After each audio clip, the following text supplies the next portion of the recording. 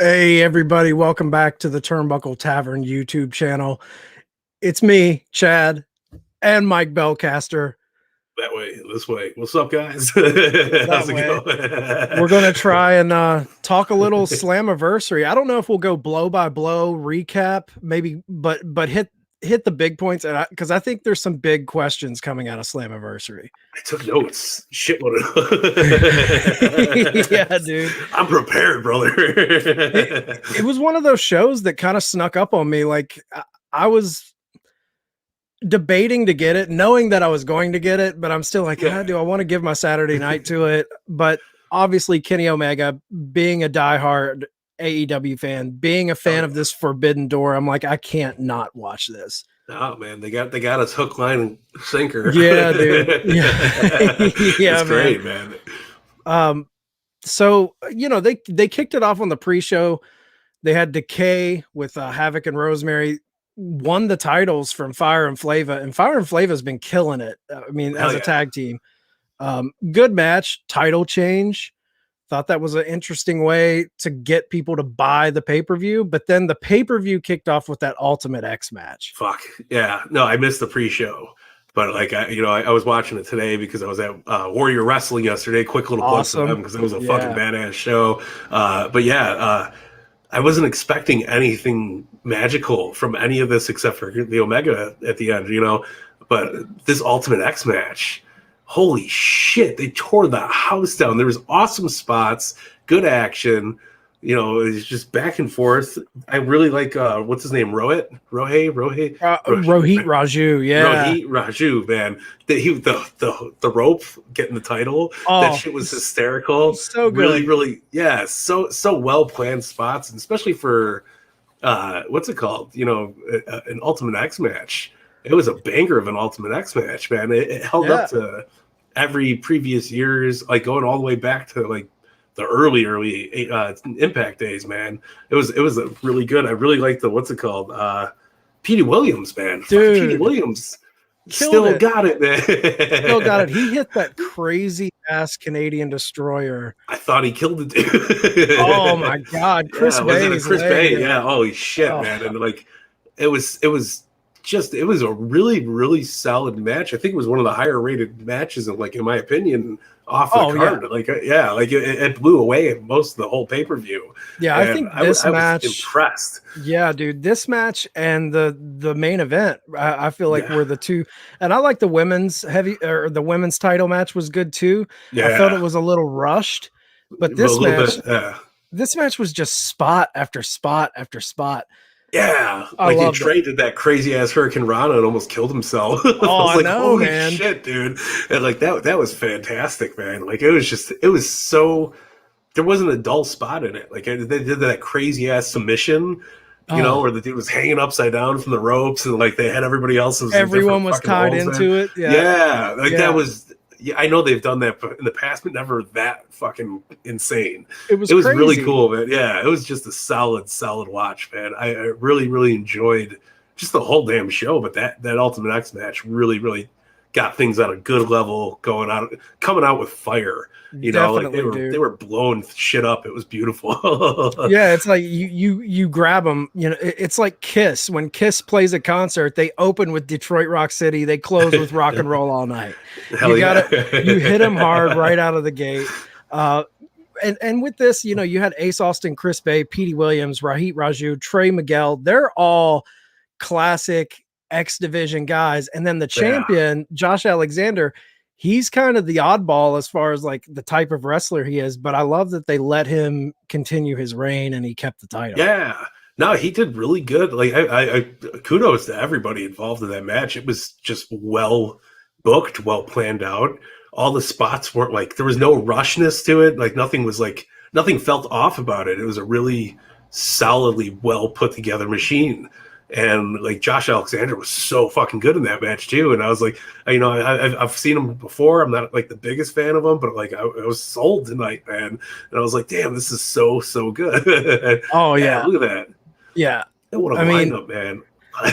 It was a great lineup of guys, and Josh Alexander kind of made his name as one half of the North with Ethan Page. And then, Ethan Page is obviously in AEW now, and this guy's trying to establish himself as a legit singles competitor. And I think he's doing a great job at it. I couldn't agree more, man. Like, I think they both are going on to do great things separately, which is even better. But they were an awesome tag team together. Yes. But I think this is like they're both proving themselves in way different ways than we would have expected it, man. Oh, definitely. Shit, all the way around. Yeah, and then we get the Matt Cardona at a mystery opponent versus Brian Myers and Cardona's ex-girlfriend Tenille Dashwood, which I had no clue they had dated before. No, me neither. And like we all know a little bit of the Cardona history here. Like I'm officially a major mark in no way intended. I just want the card and I want the community. They're a good group of people on their Facebook group and all that shit. But man, like even that, I wasn't expecting that much out of it, especially because of their past showings. But Chelsea and Dashwood killed it. They carried that whole match together, and they were so good. And Chelsea's underrated. Like I haven't seen too much of her, but like, damn, like I know she was on Ring of Honor. Like what was it last week? She popped up. She's still she was selling the cast still from the busted arm, and then she shows up here. Her and Matt are wearing matching gear.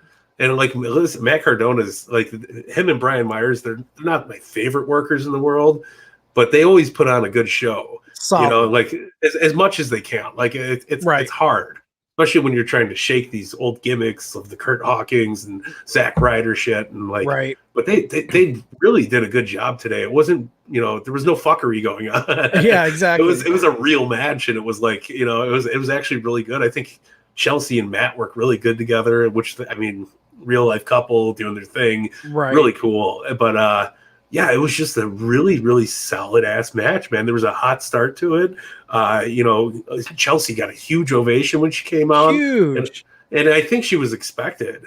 But I think she was playing the arm so well on Ring of Honor that everybody was like, well, maybe she's not ready to roll. Right. And then she came out like, dude, I love that one side of her hair was like straightened and the other side just all fucked up. And like she's rocking this, Dr. Jekyll and Hyde gimmick, and it's so badass. And I was I was shocked, man. Oh, I know, man. Like me too. Like I wasn't really watching Impact when she was the hot mess before, but she won the Knockouts title at that time. Yeah.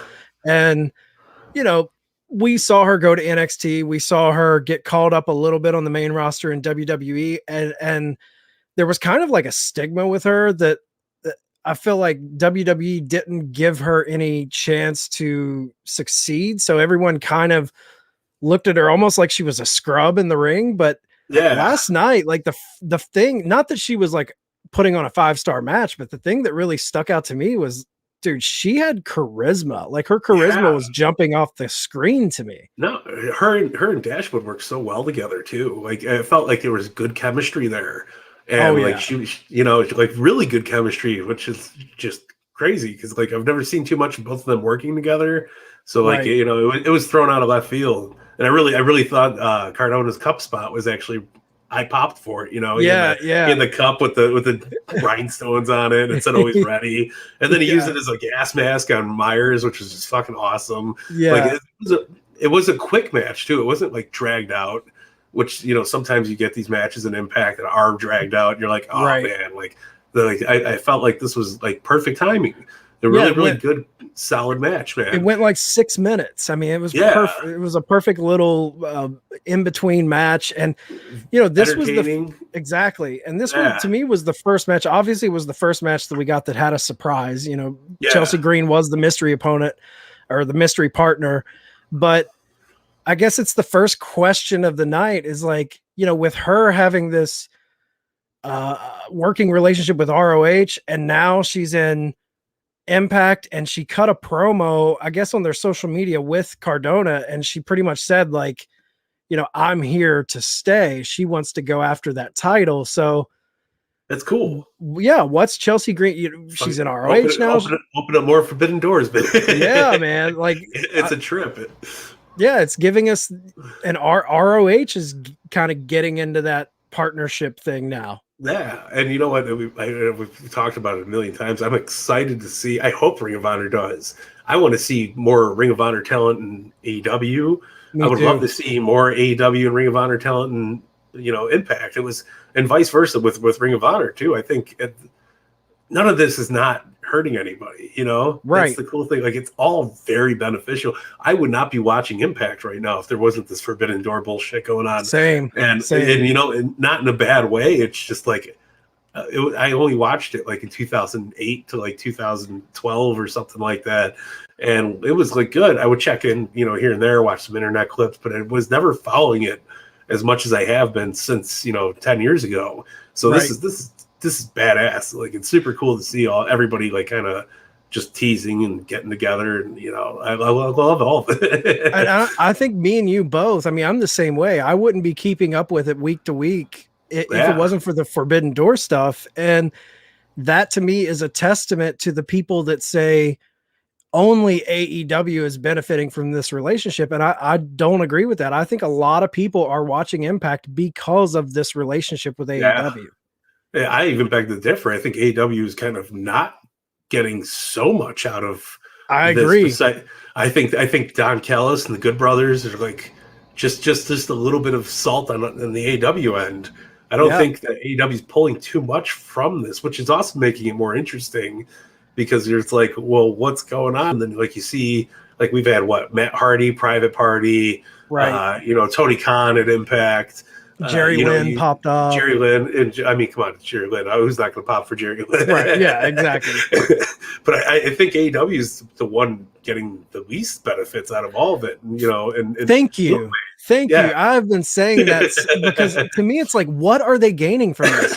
They're putting their world champion in more matches, which they're risking their champion, because Omega, from what I've read, he's actually dealing with some injuries and he's just a workhorse. So like, they have the most to lose, and it's not like their ratings have skyrocketed because they're working with Impact, but Impact's ratings has went up. So it's at least the pay-per-view buys, again, Access is a hard channel to come by. I think there's like one streaming platform that actually has it.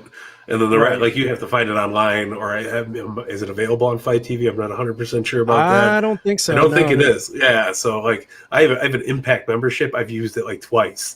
I don't watch any shit on there except for like, oh, I want to go back and watch that badass like AJ Styles match from like 10 years ago. Right. but like, yeah, man, like the pay-per-view buys have been through the roof for them, for like way more than it has been over the last like at least 4 years. Absolutely. So this is very, very, very interesting to see how all this is accumulating and just building up. Because we were talking about how cool AEW builds up stuff, man. Mm-hmm. And I really think this is part of it, where there's these slow builds. And like, I kind of even feel like Matt Cardona was kind of put in Impact because of his AEW time. You know what I mean? Like, it was really quick. And like, what did he do? Like 2 or 3 matches on AEW? I think like 3. Yeah. And then he was like, all right, like, I don't know what happened. I'm going to Impact now. But it almost folds into the story even better, because you're like, well, maybe they sent Cardona over there. It's cool. But yeah, man, I gave that match like a 3 out of 5. I thought it was a really good match between Myers and Cardona, and then Chelsea and Dashwood. I really think the women stepped up and they stood carried out that match. It was great. Very, very good. And some cool ass spots too. It was like it was good wrestling. Like, a really, really good wrestling. Good storytelling. Yep. I really enjoyed it, man. The benefit of it, like you said, was the time. If they would have went 15 minutes, you can't do that. It was perfectly plotted. And talking about Kenny Omega, AEW, the long term, how it's crossing between the promotions. The one big benefit that AEW is getting from this partnership is obviously building the allure of Kenny Omega, because this guy is just, I mean, he's all over the place. He's putting on all these matches, and we'll get into that, but put a pin in that for now. The next match, W. Morrissey against Eddie Edwards. Eddie Edwards is a staple of Impact. I think W. Morrissey, dude, like if they like really nurture him the right way, he could be Yeah. one of the great big men in the sport Huge. right now. Yeah. Dude, listen, I've never been a big Cass fan. I Me slowly either. got in. I got into the Enzo Amore big Cass gimmick a little bit in WWE, but never like I'm not going to buy shirts and shit like that, Right. But I was like, oh, Big Cass is coming out. All right, cool. Like I didn't know anything about, like, I was going into this blind to the whole pay per view. I knew Yeah. like 3 or 4 matches, Yeah. and this one blew me away too. Like this Yeah, was, dude. dude, Morrissey, Big Cass, whatever you want to call him. This was some of his best work I've ever seen, and Ever. my nephew came out and started watching with me. He's like, "Holy shit, Big Cass!" He was a big, Yeah. how you doing? Yeah. But Yeah. he was a huge fan of them, like back in the day. But like, I was like, he's way different now, and like, and he really was trying to prove himself as a solid worker. They had some awesome spots in that match. Really, another match that wasn't like dragged out too long. It Right. was great timed. I think I wrote down solid match, great back and forth. Very impressed by Morrissey, and it really was like they went fast out of the gate and just started beating the shit out of each other, and Yeah. it was entertaining, man. I love it too because they start out of the gate just barn burner, but Cass like slowed it down a little bit in the middle and took his time and was, Yeah, and the guy is in the best shape he's ever been in. huge, jacked, well put together now. Yeah. Like way better, even better than he was in WWE. Like in WWE, he had a little bit like the dough around the tummy, and we all got it. Right. No, Right. not arguing about that, but like I swear to God, it was like, wow. I was like, he's impressing me right now, and I was sold on Morrissey. I was like, holy shit, man! Like this was like, I love the bump where he was about to power bomb him on the stage, and then he got the flip, and like he sold that so well. The thud was deafening. It was like, dude. and it was like, wow. And it was a solid ass match. And Eddie Edwards is such a good fit as an opponent for him. It was such a fucking great put together of a match, man. So like I said, there was no dips really in this show at all. And for an Impact show, I was impressed because like the last one, the last one I ordered was when Ethan Page and Josh Alexander broke up. Oh, they did the whole Karate Man thing. And it was like, shit, man, like this is crazy. But like there was a lot of dull spots in that show. This was better than anything I've seen from them in a long time. And the fans, we haven't mentioned the fans. They had fans there for that was the top of the list. Holy shit, it's good to see fans back in the Impact Zone. Yeah, they had that WWE stigma going where they were piping in crowd noise. Yeah. And but they had nothing. Like there was no Thunderdome. There wasn't even this backdrop right here. It was just weird, And it was like, oh, like what are we doing here? It's a little fake, and it was hard to watch for a while too because you're like, man, like I don't get it. But this was, reinvigorating. It was so awesome to see, and the crowd was so wild, pumped to be there, and I could have been happier to be watching it too because it's like this is cool. I feel like we're getting off on we're seeing the fans there. We're like, we are fans too. Like we're all part of this, man. Yeah, this dude. is beautiful. Well, because when the pandemic first happened, they weren't even piping in crowd noise, and it was like a tomb in that place. Like, and then people kept complaining, and then finally they started piping in artificial sound, which made it a little bit better. Yeah, but still, if you don't have that real organic crowd energy, it takes something out. But I thought Morrissey looked great. So good. And they're pushing him. He's undefeated in the company. If they book him the right way, that's a guy who I could see holding their title at one point. Yeah, no, easily. Anything. The sky's limitless for him. I really think this is a turning point for him in his career. I think as long as he keeps his shit together, which I think he's really going to. I think he really learned his lessons from kind of like being all over the place for a little bit there. Everybody was worried about him. And like even myself, I wasn't a big fan of him, but I was like, fuck, man, like he's young. I don't want to see anything fucking crazy happen to this guy. I hope he gets his shit together. It really seems like he's turned the page. He's putting in a lot of hard work. Like that match was really, really good. It was really put together well. And I was blown away by his work ethic towards it because I think I've seen him once since he's came back, and I was like, it's okay. Right. Like, you know, it wasn't any, but this was like a really fucking, he turned the stone, you know, it was really good. And he's talked about, I guess his girlfriend right now is the stepdaughter of Diamond Dallas Page. Yeah. And he credits her to being a huge positive influence in his life. And That's you good, can man. tell, man, he looks like rejuvenated and not checked out. Yeah. The next match, I was shocked that they just signed Moose. They re-signed Moose to a contract, and they put Chris Sabin over Moose. I was shocked by that. Dude, that was crazy. It was just wild. Chris Sabin, though, he's been doing this for how long? He looks great still.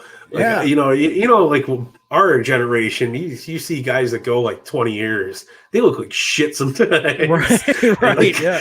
Chris Sabin's still going out there doing like these big spots and shit. Like, I felt like Moose got a lot of that match in his end. Like, he was doing more work. Those but then chops. I feel those chops were great, man. Like, I seen him doing the rope spot where he was pulling his arms, and I was like, what the fuck is he doing? And then he did the chops, and I was like, all right, like, this is cool. And like, Sabin was taking a lot of grunt, man. And like, it was another really good match, though. I was like, wow, man. Like, it was fresh.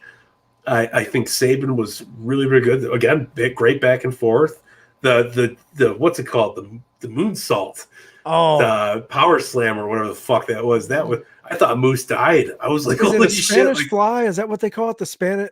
I can't. It was like a Spanish fly, but he was doing the Scott Hall like fallaway slam, you know? Yeah. But he did the backflip with it. It was fucking wild and it was innovative. Good stuff to see. And I'm not a huge Moose guy. I'm not either. He's a great worker and stuff like that, but he just doesn't. You know, he's not my cup of tea.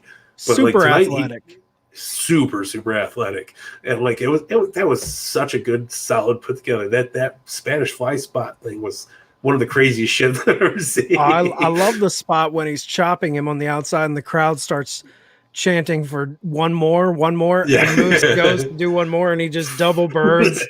Loved it. That's such a good heel move. Like, don't give him what they want.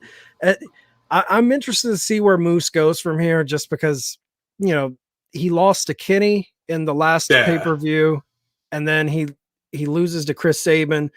So we'll see. The next match was the 4-way tag match, and we had Good Brothers, Violent by Design, Rich Swann, and Willie Mack, and then we had our first surprise. Fallah Bahh gives our first, and this might be the biggest surprise of the night, and I'm totally joking. This was one of those surprises where I'm like, really? We get No Way Jose. It's just no way. You can't say Jose anymore. Right? No Jose anymore. Just no way. He should have been like no Jose or something. I don't know. You know what? This match was probably the dipping point of the pay-per-view for me. It was the dipping point for me too. It was too. Yeah, it was all. I wrote down. It was all over the place. It was a little too much going on. Too fast. Yeah, like it was a lot of different shit happening so quick. But I love the Good Brothers, you know, and I'm happy that they retained or they won again, and it just adds more to the Kenny Omega story and shit. So I'm glad we kind of got that, because you got the Bucks with the AW championships right now, and then you get the Good Brothers with the Impact champions. Kenny's the Impact, AW, AAA, soon to be New Japan, blah blah blah, Ring of Honor, WWE champion. It's give as the JR elite, likes to say. Give the elite all the gold, man. Give the elite all the gold. Literally before that implodes, like I want him to win everything, you know. And but the Good Brothers had a good, you know, showing here. It was a really clusterfuck of a match, in my opinion, though. Big clusterfuck. I'm with you. It lost me here. Like, and I'm not a big Fallah Bahh guy. I was never a big No Way Jose guy. Never. Yeah. The one thing I'll say about No Way Jose and wrestlers like that, I think Impact is a great place for those lower to mid card talent that aren't going to go to a place like New Japan or Yeah. AEW. It's a great place to let those guys reinvent themselves or show something that they couldn't show in WWE. But Yeah. the Chelsea Greens, I think she's good, but it just cracks me up because AEW like poaches all of the Aleister Blacks, the Miros, the Yeah. big names, and then the rest of them have to go somewhere. Yeah. But it's good that there's other places they can go where they're still kind of showcasing. And I say this with everybody that gets released, that if I'm not a fan of them, prove me wrong. Go out Right. there and bust your ass and show me why I want to be a fan of you. And like it's happened before. Chelsea Green kind of did it tonight. I didn't give a shit about Chelsea Green until this match Exactly. really, really did something for me. And I was like, wow, can't wait to see what she does next, which is really cool. Right. And with No Way Jose, my problem with that, it's like, this has kind of been my problem with Matt Cardona post WWE. Now he's doing a little different now that he's got this Nick Gage thing on the horizon, but I'm kind of excited for the Nick Gage fact. Yeah. But like with No Way Jose coming out, he's got the conga line with him. Yeah, like change the gimmick completely. And Cardona still spiking his hair up in the front. I'm like, dude, Yeah. this was your opportunity to completely reinvent yourself. And when they don't, I'm like, you're not going to make that next step if you're living on the gimmick that you never got anywhere. Not to say you couldn't get anywhere, because WWE is definitely giving you that glass ceiling, but wouldn't you want to kind of do your own thing and create your own thing? No, for sure. And like I think Brian Myers kind of trying to do that, and he's switching it up just a little bit more than the rest of them. But the No Way Jose thing was like, once I seen it, I was like, oh. And I was like, how long ago did he get released? Because this doesn't make any sense to me. Right. I was like, he's not even like, I don't even think he's like that relevant. Wasn't he like one of the first people in 2020 to get released? And like he said, he said off this whole time. It's been a while. He wasn't the last batch. So like it was weird. And WWE really didn't do anything to make him wantable. You know what I mean? Like they didn't sell him well. He's not like nowhere near a caliber of like an Aleister Black or anything like that. But like even then, like he wasn't doing too much. He had some decent matches in NXT. They brought him up to the main roster for a little bit, but then like just like everybody else, like the Bo Dallases and stuff like that, he just turned into the catering guy. Yeah. Like it sucks. Listen, it sucks and it's terrible, but like I would have rather seen Bo Dallas come out tonight. No way, Jose or 100%. Totally would have popped for it. Would have been over, and it would have been like, all right, cool. But yeah, all together, that match was just way too scattered. It was like one of those things where like machines are painting and not an artist is painting. right. Happening at once. But I am happy to see the Good Brothers reclaim the tag titles, and it'll be good to see them on Wednesday and throw the two sweets. Holding those belts. It'll be a good little trophy for them to trot out around their waist. The next match, we had the women's world title match, the Knockouts Championship. Deonna Purrazzo comes to the ring. She doesn't know who she's going to face. I had no clue what way they were going to go with this. Oh. And out of all the names I thought they were going to bring out, I had no idea it was going to be Thunder Rosa.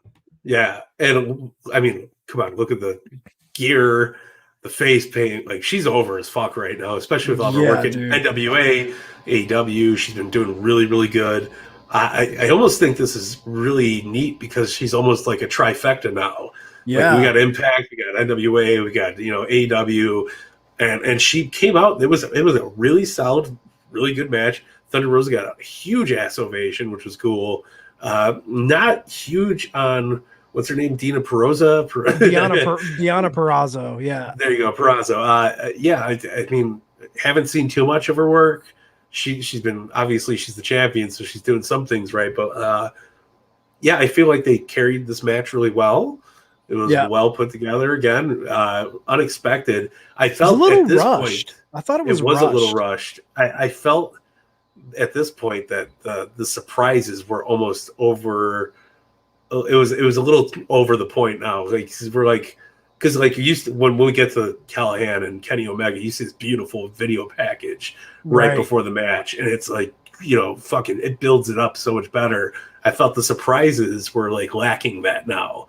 So Yeah. I was like, okay, cool, Thunder Rosa's here, but like, what's it mean to me as a fan? Right. And nothing against Thunder Rosa. She's a badass, certified badass, bona fide thug. Yeah. But Yeah. I think she came out and she did great work. I was a little surprised that she lost it too, which I was like, shit, like it would have been awesome to see her kind of do like a little female version of Kenny Omega or something like Oh yeah. that, Yeah. and take the belt to Impact or take the belt to Dynamite and take it to NWA Power or Empower, whatever they're doing. Right. Right. But it was a great match. I think just the fans were happy to see her. They were pumped for it. Like it wasn't a terrible match.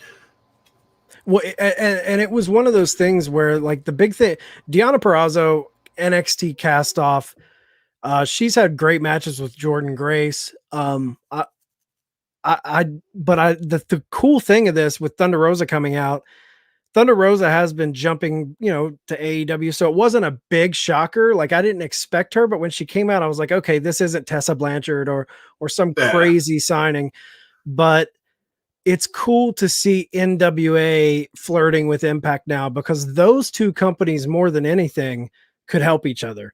Yeah. Especially, if they send people to NWA needs more people on the roster. Talent. So Yeah.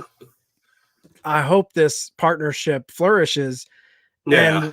And, Deonna ends up winning.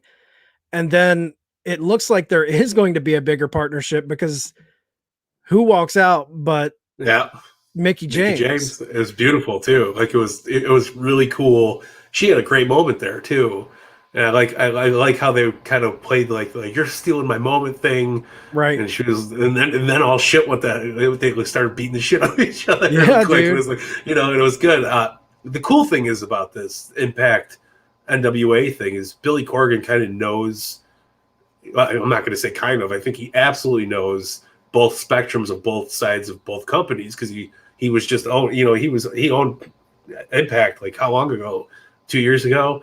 Yeah, Something like that, and like he was doing good things for them. I really think that's when they started coming out of their post Dixie Carter shell more, and I feel like it was really really getting good. But then they kind of they screwed him a little bit out of that. So, but this is good to see everybody kind of collaborating and doing more together. And I want to really tune in the NWA now because of this. Yeah, because he had a big. I mean, it was like a big legal fallout with the prior ownership. I want to say Dixie Carter, right? Is who he? I think it was and Jeff Jarrett. Nah, who owned what was the TV Nation or fuck, I can't think of it. Whatever the case is, it was the people. Was it Live Nation? I can't remember. I don't think it was Live Nation. It's something along those fucking lines. Because I know Anthem owns them now. But that's it. That was it. It was Anthem. Anthem was the ones that kind of screwed him out of it. Thank you for bringing that up. Okay. So he had a huge fallout with Anthem because they kind of were like, "We're gonna wiggle you out," but they did it shadily, and nobody likes to get fucked over in business, right? Like it happens, but like nobody wants to see it happen, and Billy will fuck you up if he gets put in the corner. He's not going to take it lightly, and that's why I love and respect him. I used to work with him for a local indie company for a while, and this was right before he did Impact. And awesome.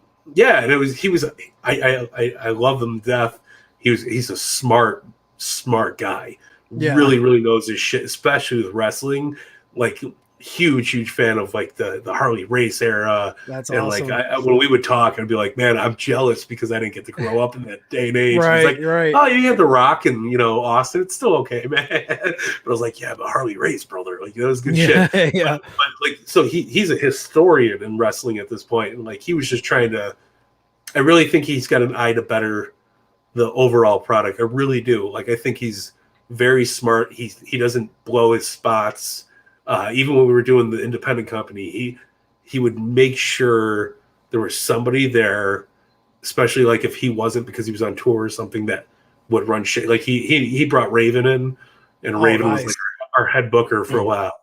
And Raven would be like, no, fuck that, don't do that, do this. Like we're gonna, we're gonna do really good shit. And like, everybody was annoyed by Raven except for me. And like it was, it's cool because like I really think Billy sees past like the personality and he sees to the mind. So I Right. think I kind of like same thing with this situation here. I think he sees the overall picture with it. So he's like, okay, Thunder Rosa can go to Impact, get me more talent for, Empower, and Empower is going to be a good thing because nobody else is doing like this all women's type show. So Right. I'm fucking here for it. Yeah, dude, it's cool to see him bury the hatchet essentially to do business Yeah, with them and send Thunder Rosa there and send Mickey James there because Mickey James is executive producing that pay-per-view Empower, and she's yeah, out there scouting talent to be on that pay-per-view. You know, I would love to see her get Deonna Purrazzo to defend the knockout championship, get oh Britt yeah, Baker to come defend the AEW women's championship. If you could have all of these companies that are working within the confines of the Forbidden Door go to Empower and yeah. defend their titles there, that would be a huge event. Absolutely. Don't limit it to just Kenny Omega doing this shit. Get Right. everybody involved. That's but I think like we said, AEW is doing this beautiful slow building that I think that eventually it's all gonna blow up the way it's where we want it to. We're expecting it to. Like these little things here and there are awesome, but I think it's really cool to see like look at where we are a year out from when, Kenny Omega and Hangman were champions together, tag Right. champs. And now this huge fucking thing's blowing up right now, and it's beautiful. Right. Like most exciting shit any of us as wrestling fans have dealt with in the last, decade and a half, easily. Yeah. We're it's mind blowing. Like this has never happened. You've never seen, ECW, WCW, WWF at this time going back and forth with talent and exchanging things. There's little things like ECW would pop up on Raw or something like that, but it was never ever as big as it is now. I No, feel like and they're we doing a didn't really know good at the job. time. We didn't know at the time, but Vince was bankrolling ECW behind the Yeah, scenes. So it's not like they were really a true independently owned company. yeah, This is to me like we haven't seen this type of shit since territory days yeah. where And even then, yeah, exactly. Even then, like we're seeing major companies with all of these different champions, with all of these different egos trying to work together. And I think that's something people don't really think about is how difficult it is to have all of these promotions working together and to keep your guys who are strong yeah. No, and I mean, not, like, they're doing a great job with it. Everybody is. Like you just see little things here and there, but they're building, and like you got to respect that shit. Like it's got to be hard to get New Japan, Kenta coming out on yeah, fucking Impact or on Dynamite and challenging Mox and like shit like that. Like you're just like, what is going on? right. And like, but they're really even in the day of the internet. This is the most like they're almost establishing a new form of kayfabe that Yep. we're fucking missing out on completely. Like I don't know shit. Like what I mean? Like it's going Yeah. over our heads. And like that's what I love about it. There's that element of surprise is back, and I think wrestling's been missing that for a long time. Well, I mean, that's, Adam, I get you. I appreciate that, but yeah. imagine how cool it would be if we had. I'm not trying to Vince Vaughn you too. Let me take that tone down. Listen here, Adam. Okay, I'm going to tell you right now. I'd love to see Britt Baker on him, but I think overall that would just be beneficial to business, right? And that's a risk you take. I mean, the Yep. injuries and, talk about, he also says lower tier AEW talents I would be okay with though. Look at Kenny Omega, Yeah. guy. That is the gamble you play. And listen, You're this playing match today, high stakes gambling. You're putting your guy where he could get hurt and he could blow a knee out and be out for 9 months. Like yeah, it's not out of the easily with yeah, the high impact moves he does. But if he doesn't, you're building a monster. You're building the yeah. best in the world. Like You're doing fireworks, man. yeah, Everybody loves fireworks. Like it's the best part about it. yeah. It's crazy. And just talking about how high risk all this is going. Kenny Kenny is a Omega, god. Big yeah, difference. Kenny is a god. And I'll throw the two sweet Agree. up for that. Yeah. But like this match that he did with Sammy Callahan is ridiculous high risks. And if you watch it back, if whoever's watching this has not seen it, I highly, highly advise buy the pay-per-view just for this alone. It was worth the whole pay-per-view was worth every dollar put into it, but this could have gotten an extra $20 out of me. Oh, dude, they were throwing pile drivers around in this match. I think there was 4 or 5 pile drivers. Are we moving on to Kenny Omega? Yeah, and, let's jump in. First off, David fucking Pensner was back. I know, man. Dave Pensner. So hard for that. I was like, hell yeah, man. The promo package was absolutely just perfect to build it up. And like by the time it ended, I was ready to see them fucking beat the living shit out of each other in the best way possible. You know, like I wasn't expecting. Like I love Sami Callihan's work. I didn't know how good this was going to be. And like, if I was Dave Meltzer, this would have been like a 6-star match, in my opinion. I think this was really top tier fucking shit. Like really good, beautiful wrestling, awesome storytelling. Yep. You know, they're still selling that one-winged angel kick out that nobody's done yet. And like, I love that they're putting Kenny in all of these different. It's not just Kenny matches. Kenny is going into other people's. Like Mox with there wasn't a big bomb at the end of the exploding barbed wire death match, but he went into John Moxley's domain. He's going into Sami Callihan was tag team champs with Moxley on the indies. He comes from that same school. He was a CZW guy. So you're going in and having a no DQ match with a psychopath. Absolutely. And he takes a pile driver off the apron through a table. Crazy shit. It's crazy. Right? I think that's Kenny can work with anybody. I think that's a testament. Like they're building Kenny Omega up to be like this badass dude, and like he's living up to it too. It's not like like when they would shove like a John Cena match down your throat or like any kind of feud like that. Kenny's like kind of like put me in the place I'm going to deliver. Yep. And like, man, is he delivering? There was so much cool shit. Like this Kenny Omega starts right here. It goes there. Oh yeah. It's a huge fucking like list of shit that was crazy. And like the backdrop that what's it called? Sami Callihan did the Kenny Omega on the trash can was awesome spot. Yeah. Like the trash can doesn't collapse. Kenny, like that could have injured Kenny Omega like that. Yeah. And like there was so many cool things. Like the color was going back. I love Don Callis though. Like Don Callis on commentary really sells this. Yeah. I love when he was like that GCW bullshit. Like get this crap out of here. And like there was so much references like the Nick Gage tonight, the GCW. Throw Kenny Omega in the GCW match, man. Let's make some shit. Do it, man. Like they and the thing I love about it, he's working a Sami Callihan match, but if you know Kenny, that match was laid out by Kenny. Like the way he worked to those big spots, Kenny is a genius at putting a match together. Dude, they did the salt in the eye spot, which nobody fucking does that anymore. And I was like, that. Hell yeah. And then he did it up where, Sami Callihan brings out this bag of thumbtacks and he starts laying them out in the ring. But you see Kenny kind of, get put down for a pile driver spot, but he grabs a handful of thumbtacks and then just thumbtacks to the face. And like, that's crazy enough as it is. But then he starts digging his knee into the thumbtacks and does a V-trigger with thumbtack lace knee pad.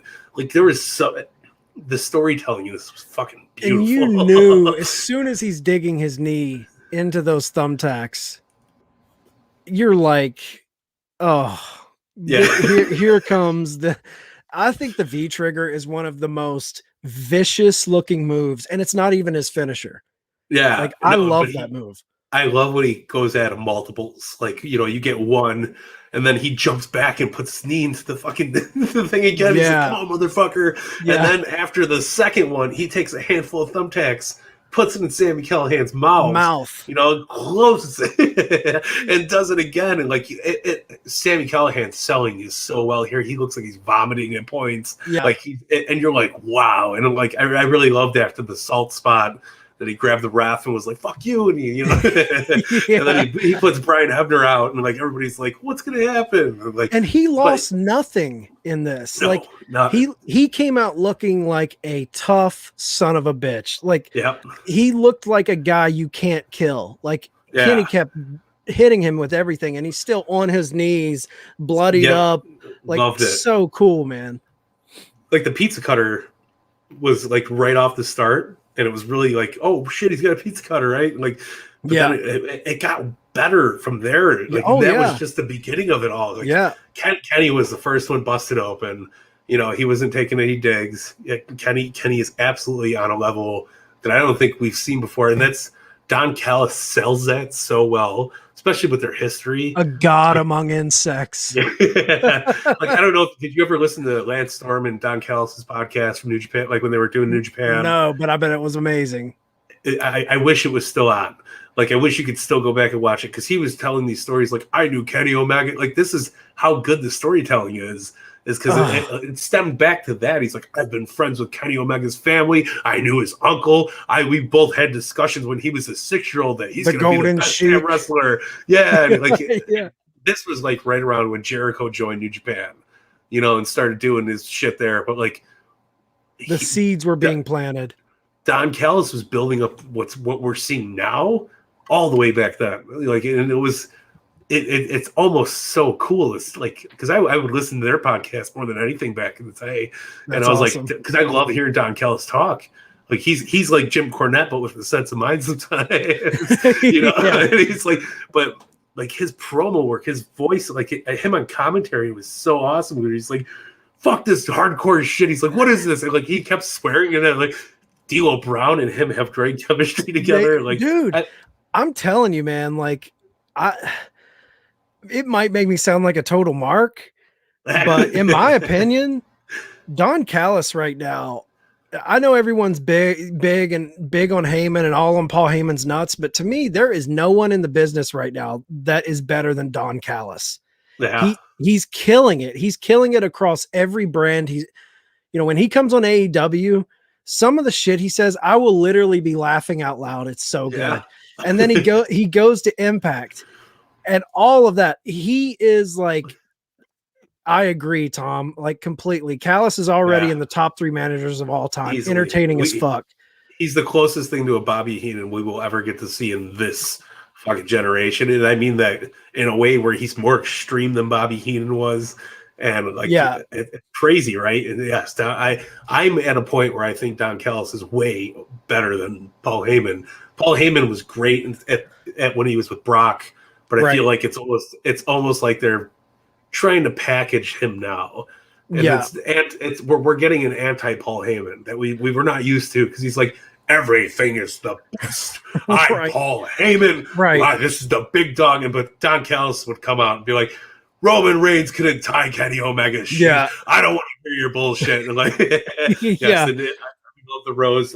Dude, the even Rose when he glasses. Was like, dude, what was it, Matt Stryker? He's like, Matt Stryker. He's like, I used to work for ECW. Don't you fucking think I don't know what hardcore is? And I was like, that was right before the table pile driver. The stomp was awesome too that Kenny did on Sammy, where he pulled the table on top of him and then just did the jump and like.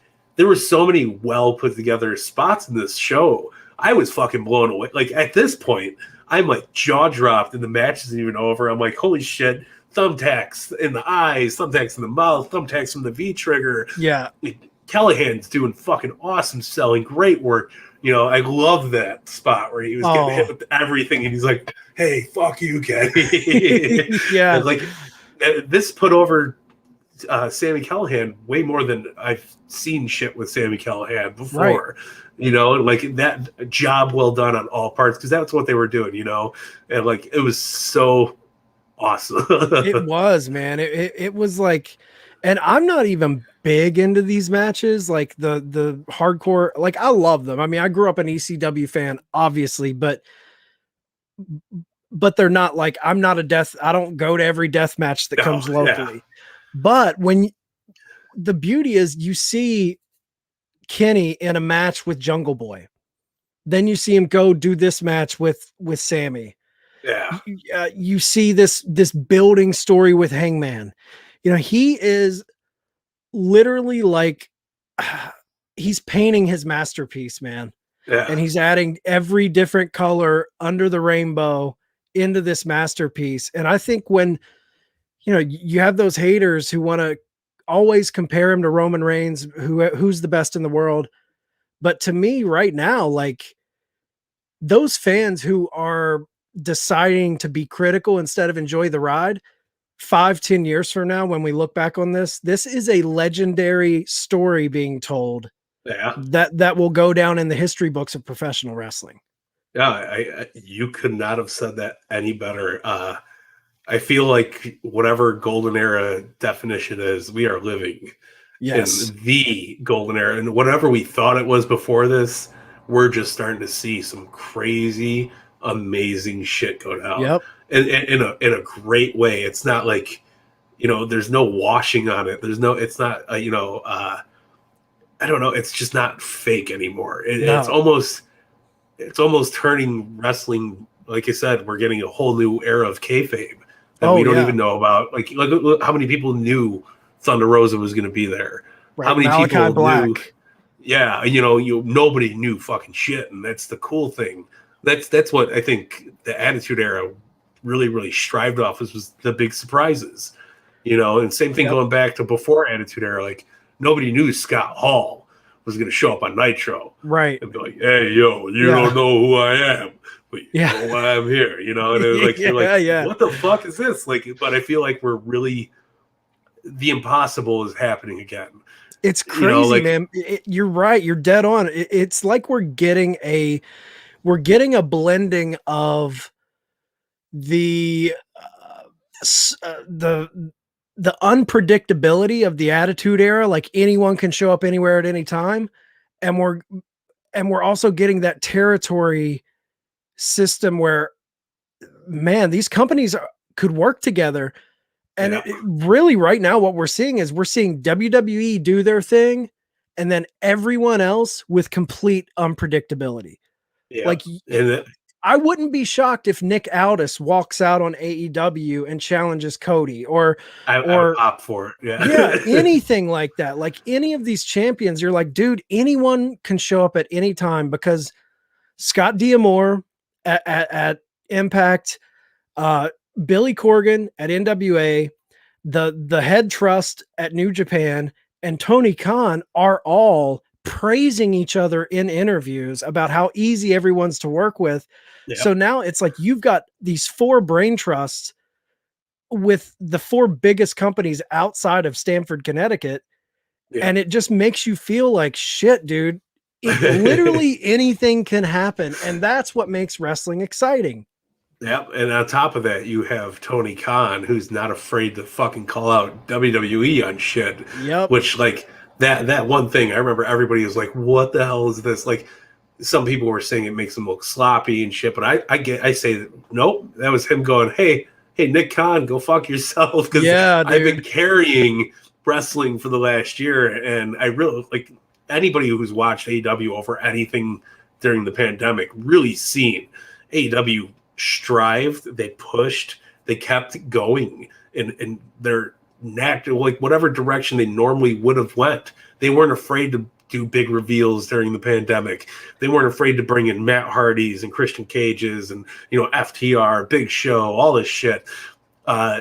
Tony Khan's not fucking around. No, I'm with you, dude. I loved it. I would be afraid of Tony Khan if I was a competitor. You know what I mean? Like, yeah. I'd be like, oh shit, like we better hook up with this guy or else he's gonna fucking kill us. Yeah, dude. Not only does he have the balls, like he has the balls to take chances, and he knows that at the end of the day, it's not going to hurt him working with these other companies. It's only going to make the fans happy, which will make them like his company.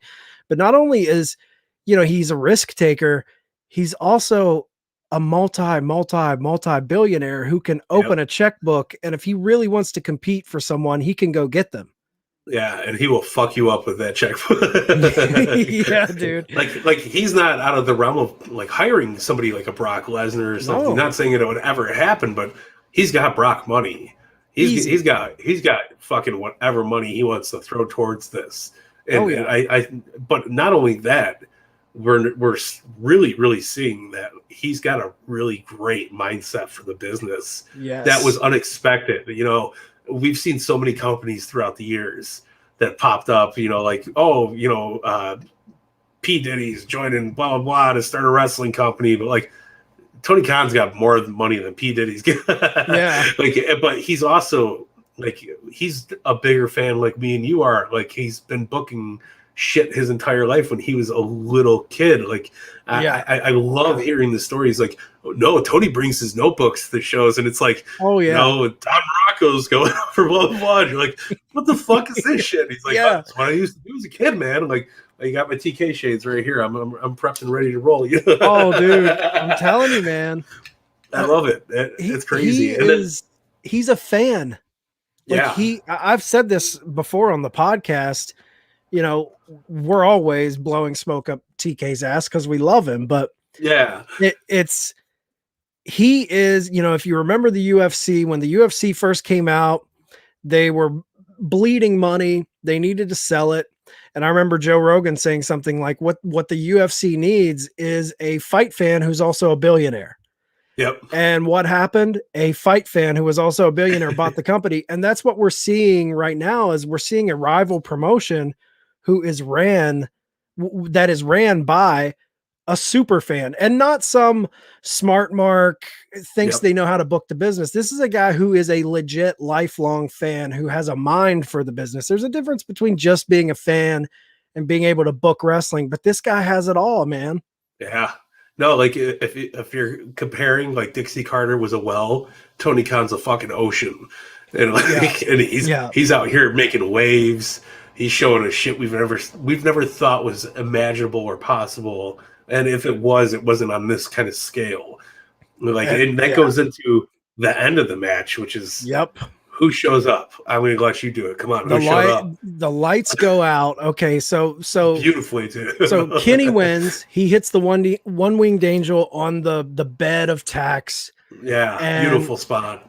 Beautiful spot. And Good Brothers Callis come in. They're all celebrating, giving some too sweets.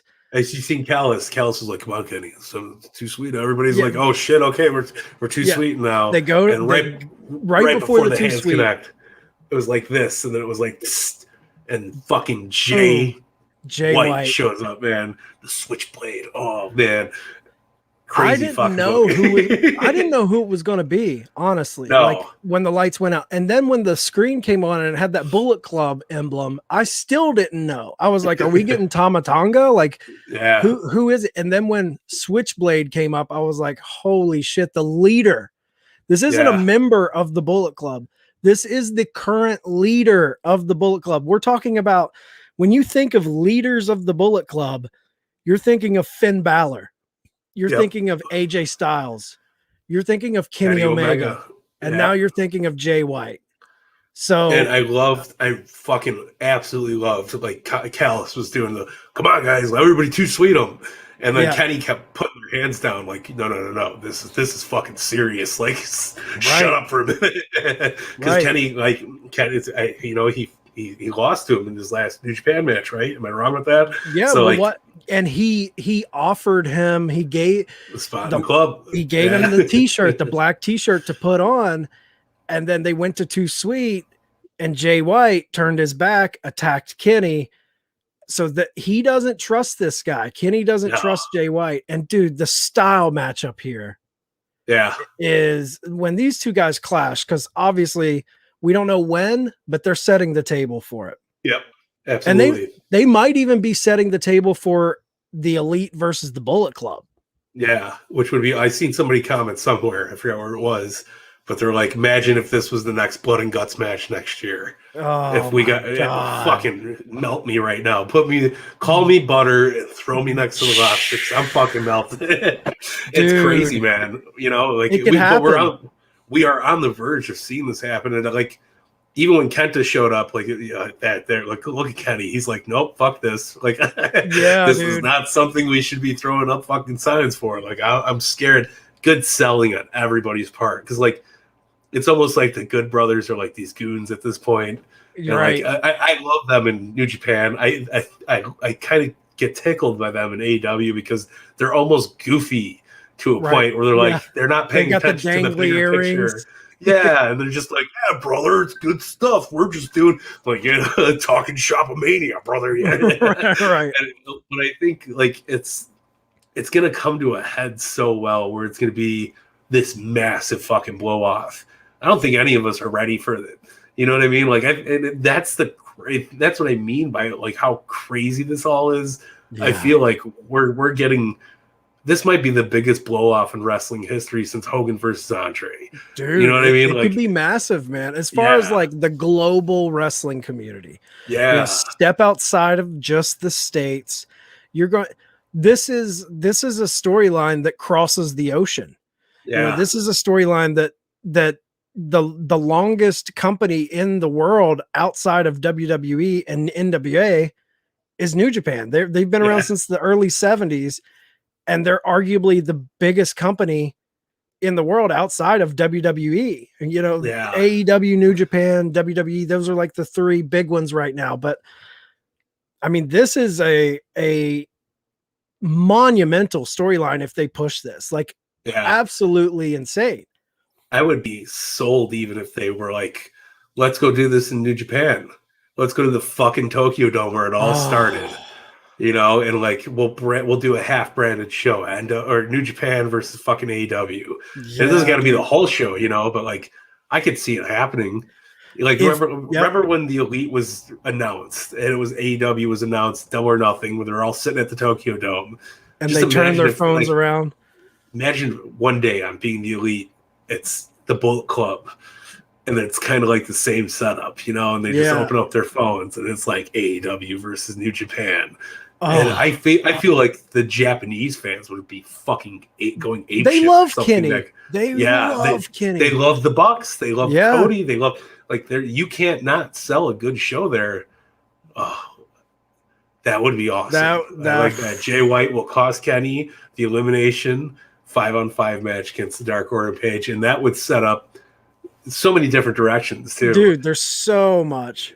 Yeah, imagine if Hangman joins back up with the Bullet Club at that point or something. Like that's what I mean. Know. Like kayfabe's dead, but kayfabe's a whole another entity now.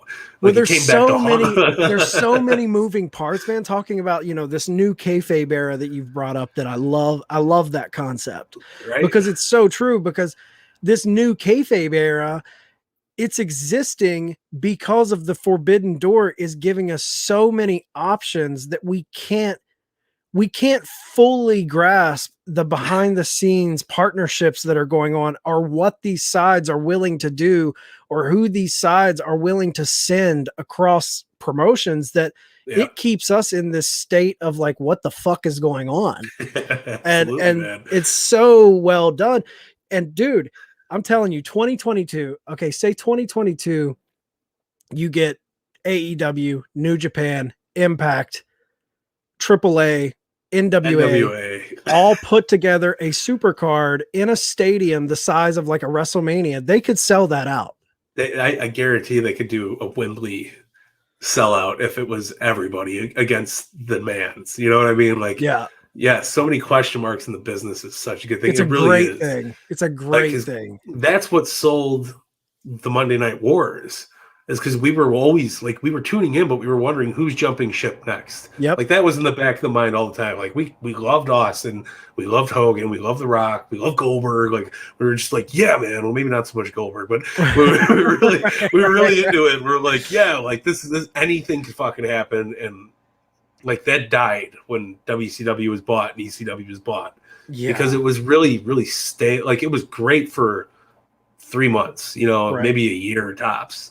And then it started like staling and stalling out, and like we lost gas in the airplane, right? And Vince has turned fucking WWE into Disney on Ice. Yep. Like we're coming to town, and you get to see Roman Reigns again, and like we were talking about it, a couple of shows ago, where it's AEW does this thing where we're not seeing all these people every day, so like look at how Queens. So yesterday I met the Varsity Blondes, Brian Pillman Jr., Griff Garrison, and we're just sitting there talking. I was like, I'm so excited to come to my first AEW show at All Out and Dynamite and all this shit. Like, I'm really looking forward to it.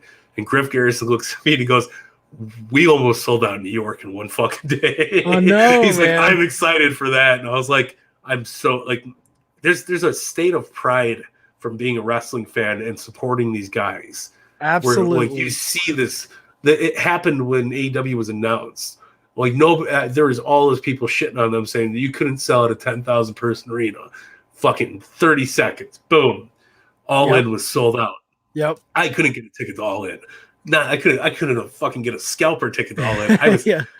everything and then All Out happened, and AEW happened, and with this big ass show, and like we were all thrown. It was like the rug was pulled under us, but like we landed on cushy pillows, and it was Yeah, like, hey man. man, like it's okay, we got your back. We're gonna, you trust us, we got you, no matter what's gonna Yeah. happen. And like I feel like that's where we are right now. It's It's just so like, true, man. Like it's a different type of relation. And I'm a lifelong wrestling fan. yeah, WCW, WWE, watched it my whole, as long as I have a memory, I've watched wrestling. So it's like, cheers to that, yeah, dude. man. But it it's different now.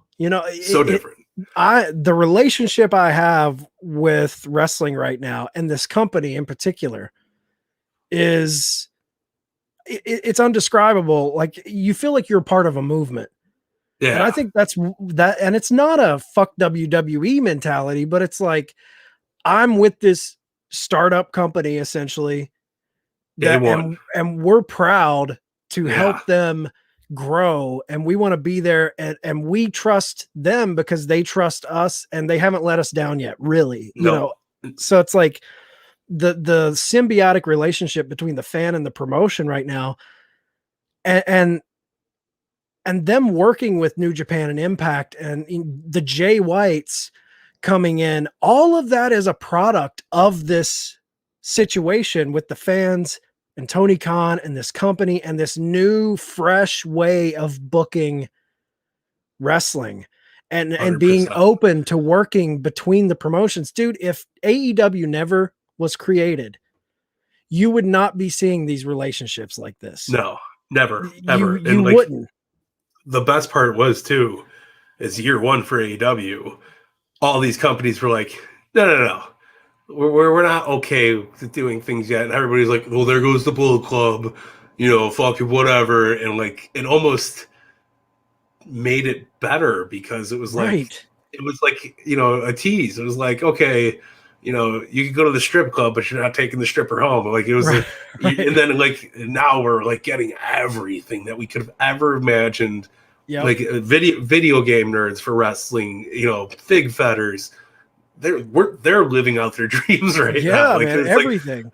yeah, like even with Jay White right now, like who the hell would have thought 2 years ago that we would be in this position where on Impact you have Kenny Omega with 20 fucking belts looking like Right. Ultimo Dragon in that awesome picture, and then you got Jay White, who's the New Japan guy. Oh yeah, he's the guy right now. Besides it being, if Okada Besides shows up, Okada, I'm gonna shit my pants. You know what I Yeah. mean? But like this, we're on Impact, right? On Impact. Yeah, okay. You would have thought, okay, that'll happen. If you even thought that would happen, it'll happen on Dynamite.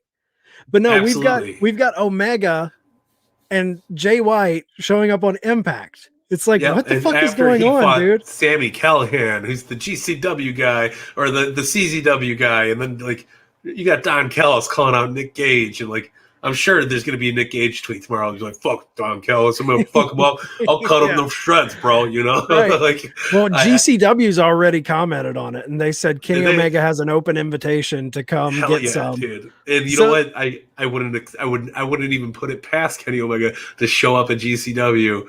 What if he cost Cardona the match? Yeah, man. He's like, fuck Matt Cardona, I got this shit. He's like, I'm Kenny Omega. Like anything can happen, and that's the. It's almost like I don't know how to explain it. It's like painting, right? You could choose any color now, and you could make the most beautiful art. And before we were limited to black and white. Yeah. So we're evolving from like even like when televisions were first invented, everybody had black and white televisions. And then color television came out, cable. Right. We got more than 3 channels now. We get 165, but it's like watching ABC, NBC, CBS, and CNN Right. Hey, let's do the news together, guys. And like, like nobody would see that ever happening because they'd be like, what is this Yeah. shit, man? Like, you got Roger Ebert and Siskel, and then you got fucking, Ted Koppel, and like, what the fuck is it? Brian Gumbel's here. Like, this is crazy. Like, Yeah. it's the best of everything. It's so We're true, man. everything, man. It's so, because we're so used to, I've said, for 20 years, it was WWE running the show in America, and a Stockholm syndrome kind of set in where people grew to, I mean, we all love WWE, but there's a lot of apologists out there that really take up for them and the way they book. And I'm like, that's all we've seen. That's not the only way you can do it. And, I think about the surprises we're seeing with these people jumping ship. A big surprise to WWE is the return of Becky Lynch, or the return of Brock Lesnar, or the return of John Cena, or The Rock. Like, most people still under contract. Yeah, you don't get those out of the blue. This guy doesn't even work for the company. And when you do, their past isn't mentioned. And to your point, with Don Callis during this match, he's talking Nick Gage. He's talking, they're talking about New Japan, everything. They're even talking about, I've heard them bring up WWE, when Christian and Matt Hardy had that match, they were referencing their history. Not afraid of it at all. They're not afraid of the real life. They're not trying to make it seem like everything they do is in this tight little bubble. And that, to me, getting back to the relationship of the promotion with the fan, that is treating your fan like they're a smart fan. You're not treating us like we're stupid. Even with Aleister Black.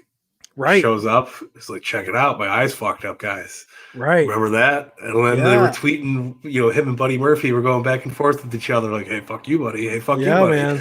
And like, I think that it's a respect kind of thing. It really is. They respect the fan. It's not like, even like with the Mickie James thing tonight. Yeah. Like that, it just goes to show you, like, of course I got fired from WWE. I'm running this NWA thing. Like, I want the best. And and you see this just collaborative effort on everybody's end. I really, really think that, like you're saying, like the respect that we're not dumb, kids that are going to believe, holy shit, Big Boss Man fed El Snow his dog. Like, what's going to happen? right. And it's like, what do you mean, man? Like, this is crazy. Or like, Undertaker hung Big Boss. Oh, but Big Boss Man's on Raw the next day after he's, refreshing from the cell. And it's refreshing. So very, very refreshing, especially after 20 years of going through these dips and dives of like, here we go again. All right. Like, I'm not going to watch this year. Yeah. Like, Rumbles were the best matches you could watch because it was the only time anything could happen. But it was always like, here's Road Dogg. The Dudleys are back. Yeah. Like, man, this is like, fuck that. Like, let's get Okada out here. Let's get Cody fucking going to NWA. Doing when Cody won the NWA championship, that was the birth of it. Yeah. We got this spot where we're like, holy shit. Like, I see videos from people that were at attendance at All In, and they show everybody was off their fucking seats, standing up.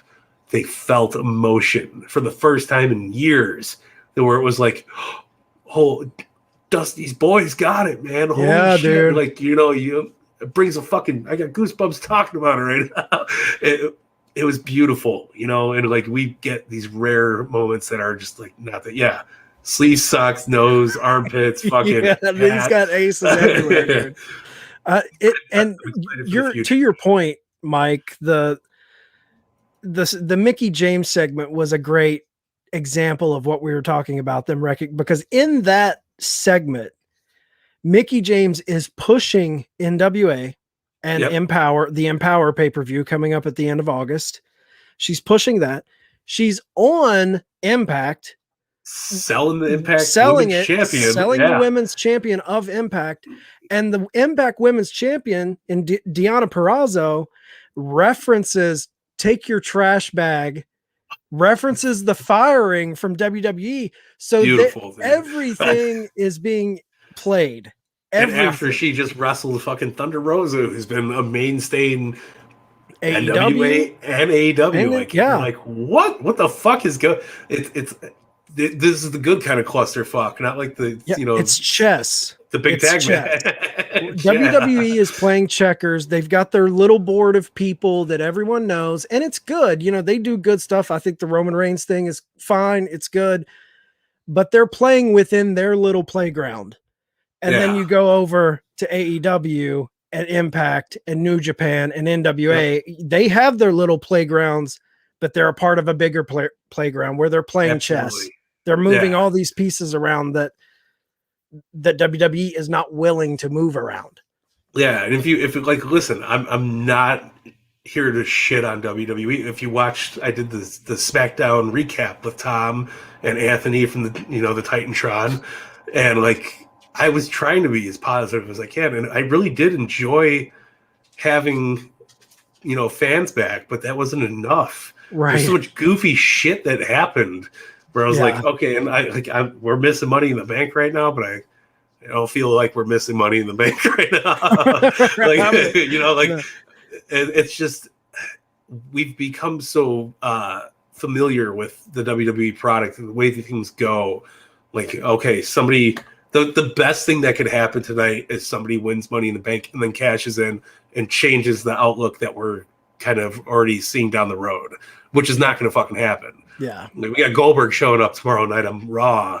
It's going to be clusterfuck. Like, who wants that last run Goldberg had?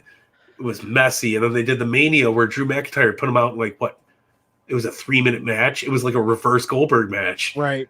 Like it just was off-putting. Like, and it's not like I'm a Goldberg fan, but like, don't disrespect the guy that fucking held WCW for 5-6 years. Yeah. And they're like, whatever. Like, he fought Scott Steiner a few times in WWE 2004. Fuck him. Like, it's stale, dude.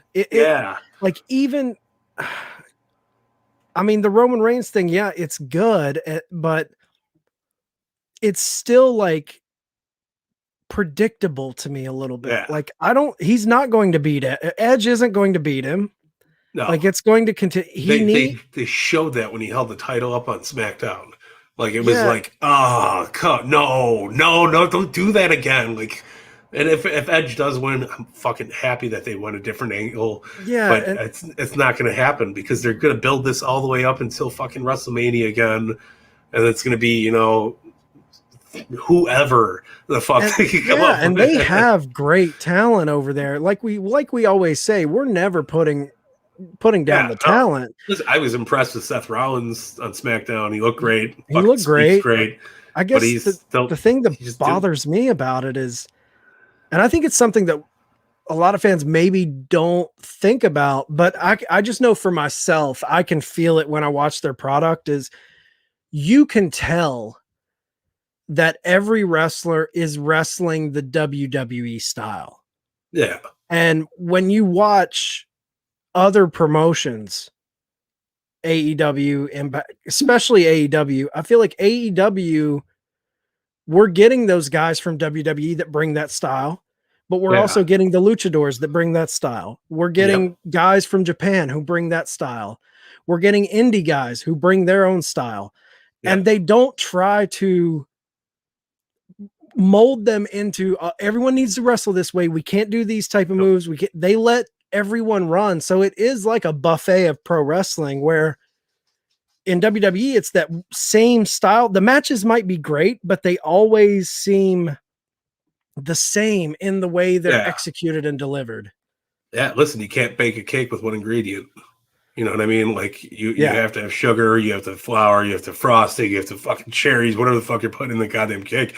But it's it's just, I don't know. It's because we've been watching it for so long, and like there was a time where I could watch a WWE show and like 5 seconds in the match, I'm like, this is gonna happen next. This is gonna happen next. And like my wife was like, "What the fuck? Like, how do you do this?" It's like, it's because I've watched it so long. Like, you just know Like nothing's unpredictable there. No, And nothing. like even going back to what we were saying about Don Callis and Paul Heyman, like Paul Heyman's this guy. We all believe in Paul Heyman because he was once one of us, Exactly. right? For a long fucking time, he was one of us.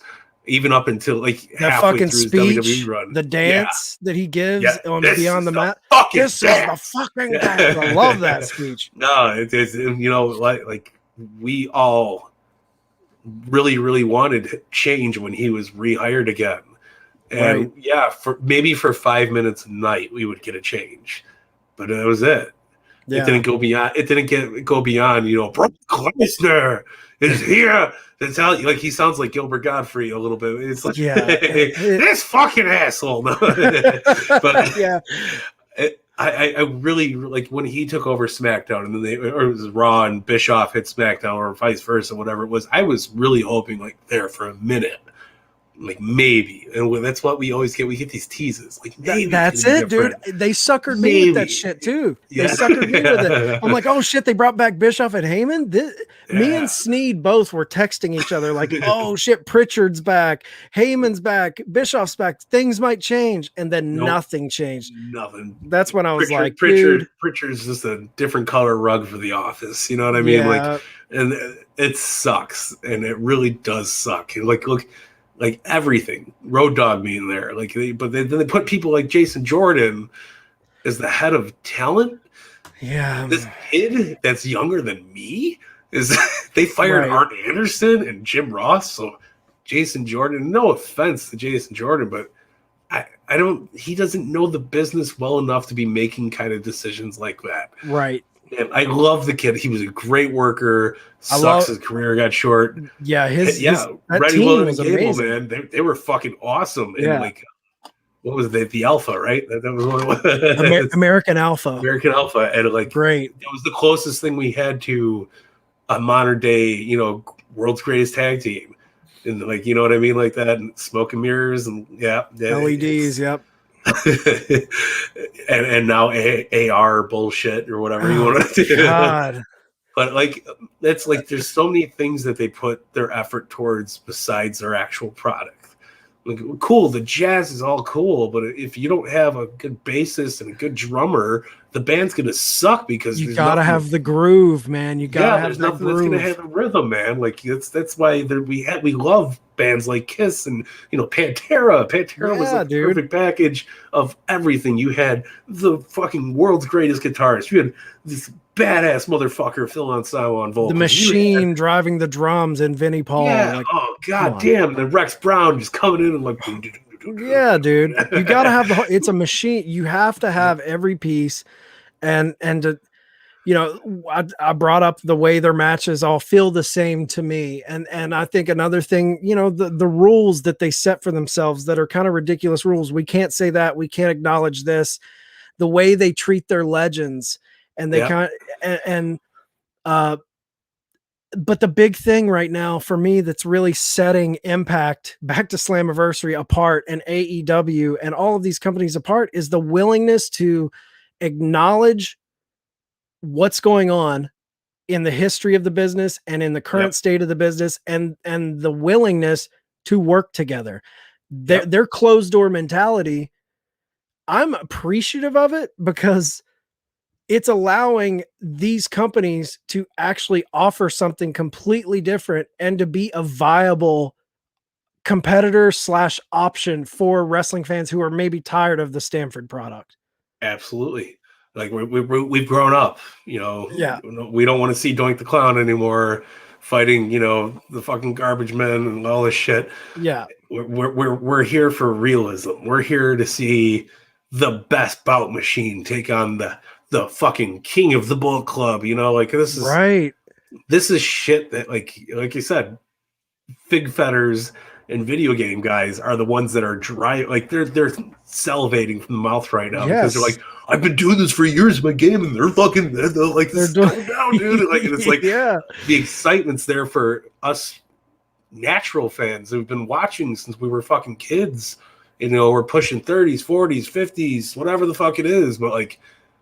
It's really, really doing justice for like we're getting a payoff finally. Absolutely. Really, really, really are. Like, remember, like you could watch a WWE program and the payoffs a week after the segment's brought up. Right. This has been a lifelong fucking. We've been holding out, waiting for something cool like this to happen, and like they're finally like, fuck that. The fans are worth everything. Let's do it for them. Long term, I feel like, man. yeah, super long term. It's not booking 3 weeks of Raws and SmackDowns leading to every month's pay-per-view. We're getting long drawn out storylines that do pay off, and they have rewarding payoffs. I guess the last thing I want to ask before we get out of here, just to play devil's advocate with everything, is, do you think, I agree, Adam, the diehard WWE fans are really missing out. I think that all the time. I'm like, man, I'm glad I'm not blind to what's going on. But do you think, we end Impact Slammiversary with the never open weight champion of New Japan, the leader of the Bullet Club, Jay White, staring at the AEW champion, Kenny Omega. Now, he is the Impact champion, but everyone's talking about, who's benefiting from this forbidden door. Do you think it hurts Impact to have two guys who work for other companies standing tall at the end of your big pay-per-view, and your Sami Callihan, the guy who challenged to bring the title home to Impact, loses and he's left out, and it's just these two rival company champions finishing off your pay-per-view? Do you think there's a negative to that? If I was a casual fan, I would instantly be like, yes, like, how dare, they diminish Impact like this, you know what I mean? Like, but look how over they put Sami Callihan during that whole program. Right. Look how over Mickey James was putting Impact. Look how over, look at Juice and Finn, where Finn Juice is the name of the team. Like, I feel like they're doing their best with the assets that they have, and with listen, fucking the pandemic, travel issues, visas, can't go to fucking Japan, can't come from Japan. We're slowly getting these nice, like, pats on the back. I don't think it's like the last Impact, like, episode was shot at the AEW arena, right? Like, is that really hurting AEW? What is that? Right. Is New Japan getting hurt from Jay White? Yeah, maybe a little bit, but what is New Japan? New Japan's getting hit really hard with this whole crazy shit that we've been going through, and like we just seen, they canceled a few matches and stuff like that because they're still dealing with it on a huge level. I think this is like the perfect storm. Yeah, you know what I mean. Like, we've all been sitting back this whole last year. Like, AEW's been doing great. Obviously, Impact's getting better throughout the months. We've been getting fans back finally. We're on every board, but I really feel like it's just kind of beginning. And I don't think there's a reason for us to be going, oh, well, this is, look, I bet you last night's pay-per-view fucking drew like a motherfucker on pay-per-view buys. That's it, dude. And you know what? Nobody's watching live TV to make money. Right. You fucking do the pay-per-views to make money. Yep. And the same thing goes with like AEW with Dark. Yeah, Dark's not drawing them that much, besides maybe a little bit of ad revenue and shit like that and monetization from YouTube. But look at what talent is getting over. Look at the Varsity Blondes from a year ago. Yep. Brian Pillman Jr. coming from New Japan. You know what I mean? And then showing up in like MLW, whatever, and then establishing himself, dominating the tag team division with Griff Garrison. Now they're like one of the best. I'm telling you that at Warrior Wrestling yesterday, Brian Cage was there, Danhausen, all these huge names, Lance Archer. Varsy's Blondes fucking line was across the football field. It went from one end to the other. That's awesome. Everybody was, and it helped with Dark Side of the Ring, Yep. But I really think they're there to see the tag team and not just Brian Pillman Jr., not just Griff Garrison. And it's a testament to how these talents are building not only themselves or the product, but also reaching out and doing more for the other companies. Thunder Rose is going to be huge, and like she already is fucking huge, but like she's making rounds. And if like, oh, she hasn't been on Dynamite in a while, or she hasn't been on Impact in a while, you got to tune in to NWA, brother. Right. If she hasn't been on NWA in a while, you got to tune on Dynamite. Oh shit, guess what? Now she's on Impact. Like you're always gonna. It's like a triangle effect, you know. You're going from the tip to the corner to the corner to the tip to the corner, and it's only going to get better. Oh, you know, and like wait until the borders open up. Wait until New Japan can freely fly over here and do angles anytime they want, or vice versa. Like I said, imagine seeing AEW at the fucking Thunderdome or the Tokyo Dome. Yeah, not the Thunderdome. God, no Thunderdome. Don't speak about that anymore.